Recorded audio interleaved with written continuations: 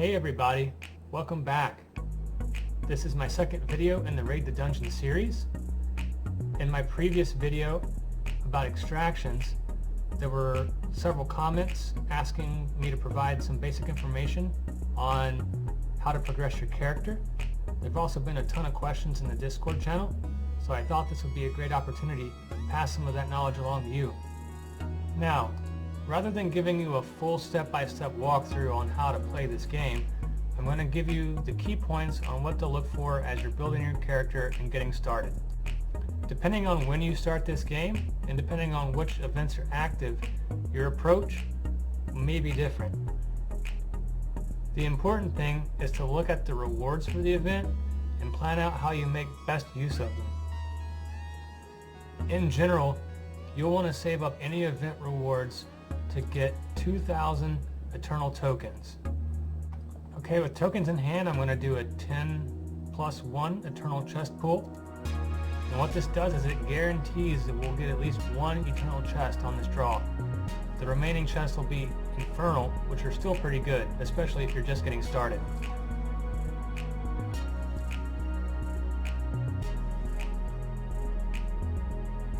And here I didn't have good luck, but I still have an Eternal pool.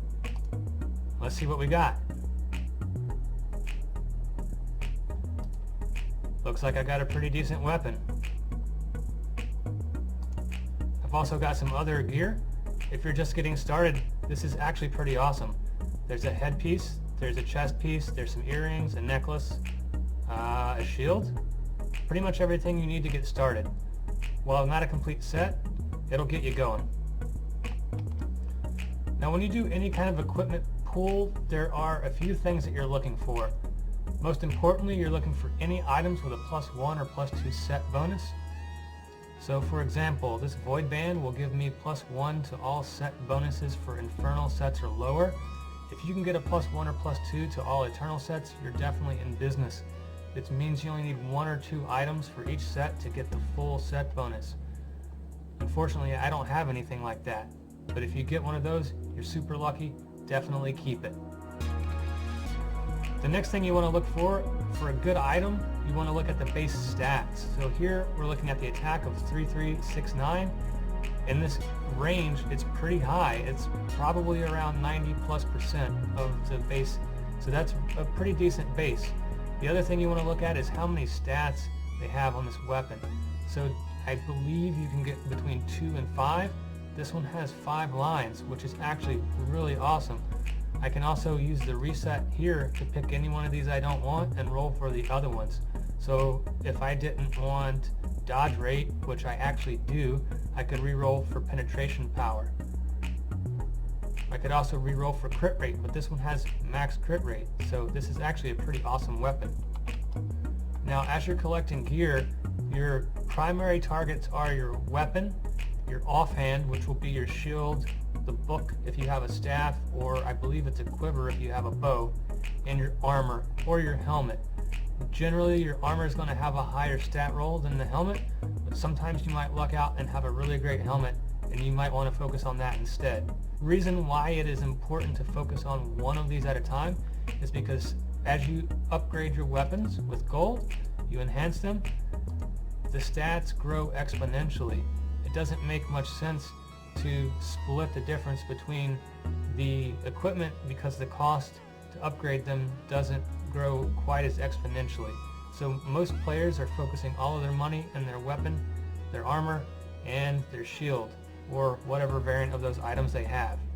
Once you get those maxed out, you'll begin upgrading those items one level at a time by feeding them equipment.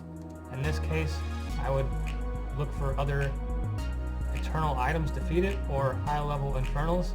Fill this up.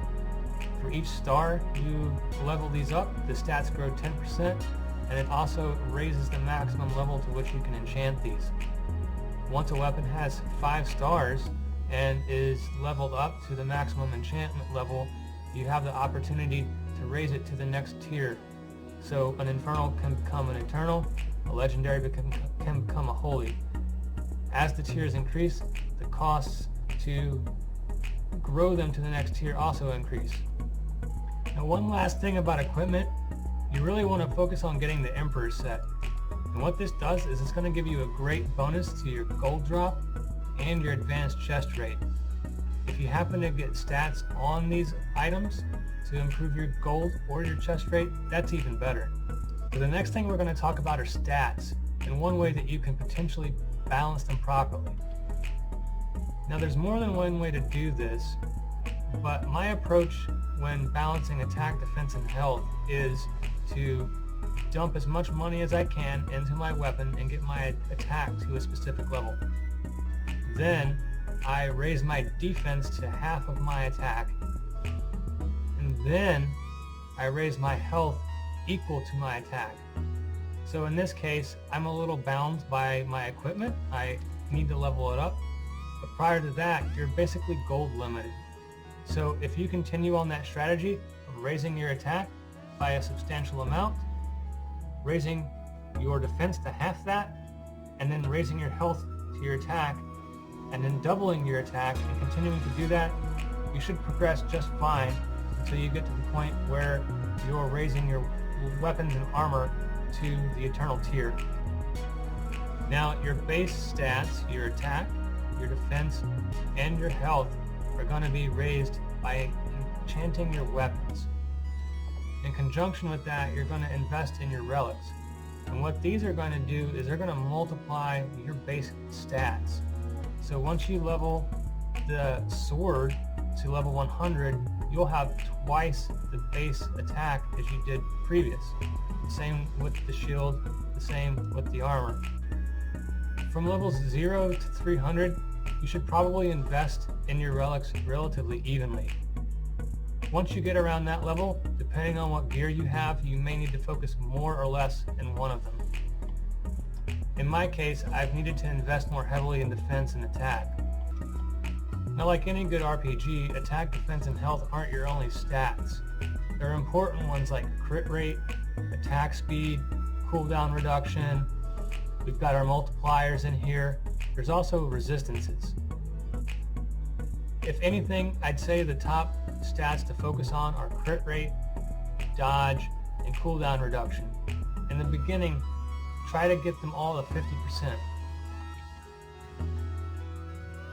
Your stats are going to swing wildly depending on which equipment drops you get and what set bonuses you get. It's also a good idea to focus on synergy.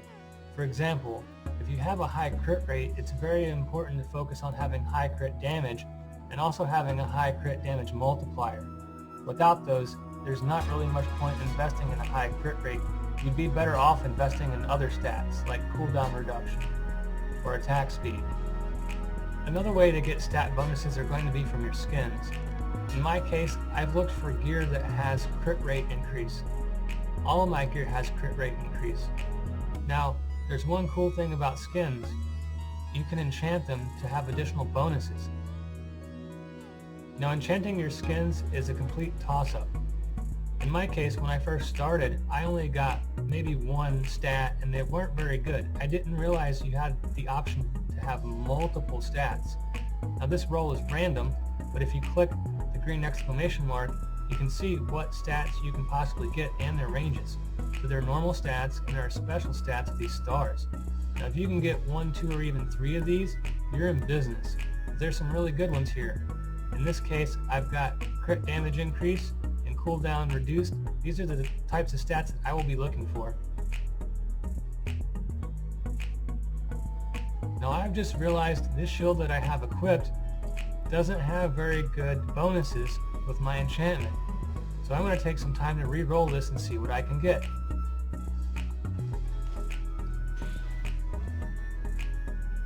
Well, I definitely say that's much better than what I had before. I think I'll keep it. Now if you get a decent stat roll and want to try for something better, you might want to pay to extract it. You can then store them here and pull them back out later. There is a charge for it, but it's better than leaving it to random chance. In the beginning, I invested mostly in the gold dungeon, just to help me get started. But after a couple days, I spent most of my points evenly across all the dungeons. The reason being is your green dungeon you'll get drops that will increase your damage to bosses. This helps significantly in rifts and in the dungeons. Progression is key. In the blue dungeon, drops items that can upgrade your relics that will raise your damage to your skills. Since most of your damage will come from skills, this is a great investment. So let's take a look at my relics now. I have over 200 points in the lightning rune. These come from the yellow dungeon. As you can see here, it raises my crit multiplier by 103%. That means my crits will do more than twice as much damage as what they used to do. I've also put quite a bit of points into the wind and in the ocean runes, so I've got great damage multipliers to bosses and to my skills. It's good to have some points in the fire rune, but it seems pretty unanimous that investing in the lightning rune is definitely the most important, followed by the wind and the ocean runes. Now on the topic of runes, you'll probably want to invest in the rest of them as fit, but if there's one that's important, it's definitely the goblin coin rune. The reason that this is important is because the treasure goblin will drop extra gold and sometimes quartz, which is a very valuable resource. Now I'm going to walk you through currency and what they're useful for, also how to get it. So gold is your bread and butter. You're going to use gold to upgrade all of your armor and your weapons. This is where the primary source of your damage, health, and defense will come from.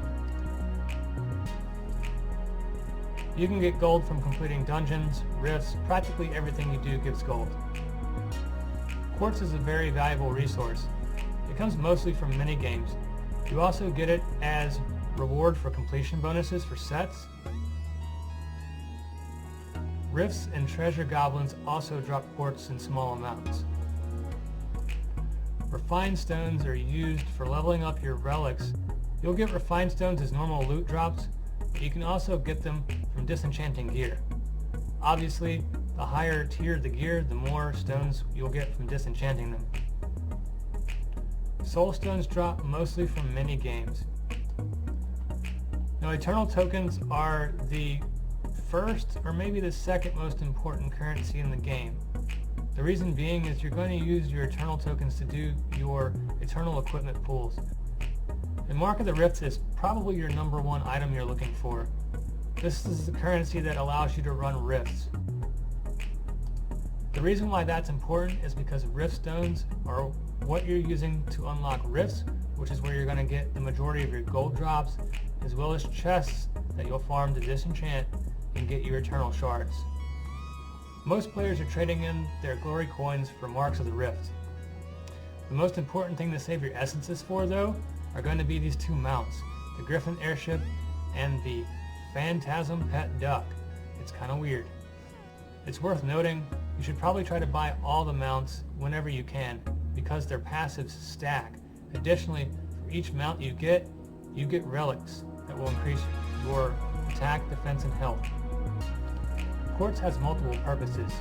It's mostly used in the beginning of the game to transfer stats between one weapon to another. It's often used earlier on to transfer enhancement levels from one item to another. It's also important because quartz is what you're using to enchant your skins. As you saw a little bit earlier, I got some really great stat bonuses from that enchantment roll. One of the last things to remember about quartz is that it's the primary resource used to upgrade your airships. I highly encourage you to save up 5,000 to 10,000 quartz earlier on until you're able to join a guild. It's very important you're able to unlock those airships as soon as you can to create some passive income. Once you join a guild, you unlock the ability to upgrade personal airships. At first, they're all locked. At the very minimum, each player should unlock each airship if possible. Now the Wyvern's a great ship to invest on early in the game when you don't have deep progression into the rifts necessary to give you a large amount of income. The Wyvern's a great ship to invest in for more casual players because of the passive income. Once you progress very far in the game, or if you're very active though, the return on investment isn't that high. Now the last two ships are the ones that you should really consider investing in. First, we'll talk about the Squire. The Squire gives you refined stones, and as we talked about earlier, those are very important for adding attack, defense, and health multipliers. Now if you do the math, my level 9 Squire will give me almost 75,000 refined stones a day. Now I'm probably going to kill the name of this last ship, the Apophysis Scale. I don't know if that's how it's pronounced, but I just call it the pirate ship. Now this one's really important because it gives you rift stones. And as we know, rifts are where we're getting most of our gold and our drops that are helping us get better equipment. So if you do the math, my level 11 pirate ship gives me about 43 rift shards per day. Now I'll leave a link to this spreadsheet in the description so you can take a look at it yourself. Whether or not you invest in these airships is up to you, but it's worth noting that each of them gives guild contribution, and this is going to be important for the progress of whatever guild you join. In the upper right hand corner there's an image of a chest. Any chests lower than this level will be automatically dropped. However, if you reach VIP level 4, those chests that would have been discarded will be automatically disenchanted. Unless you've invested in the Squire, disenchanting gear will be your primary source of income for rift stones.